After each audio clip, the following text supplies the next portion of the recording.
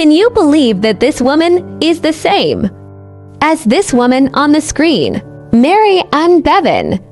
They used to call her the ugliest woman in the world. Mary Ann Bevan was born in 1874. She was a very beautiful young woman who worked as a nurse, got married, and had 4 children. When she reached the age of 32, she began to show symptoms of gigantism and enlarged limbs, and her features changed permanently.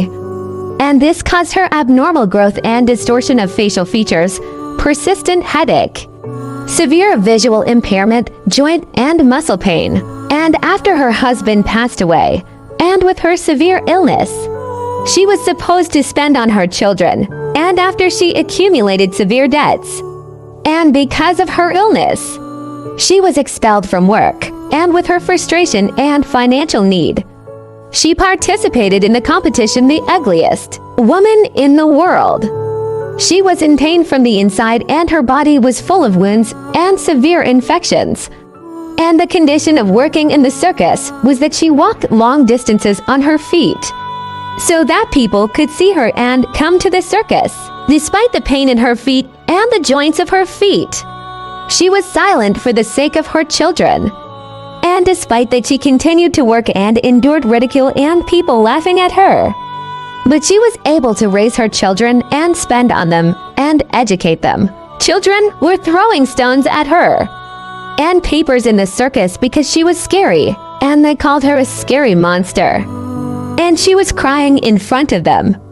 And she was saying to the children in the theater, "I love you, children. You are like my children." But they treated her as if she were an animal or a beast. And she continued with this shameful act for her until she died of pain and fell in the middle of the circus, and the audience applauded her.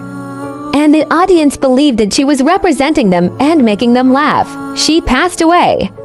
In 1933, one of her sons said after her death, "When my mother brought us bread and we were hungry, she would cry all night. And she would say, 'I feel that I do not deserve to be a good mother. Do I have to be beautiful in order for them to respect me? If there were standards for human beauty, Mary Ann Bevan would have been given the title, the most beautiful woman in the world.'"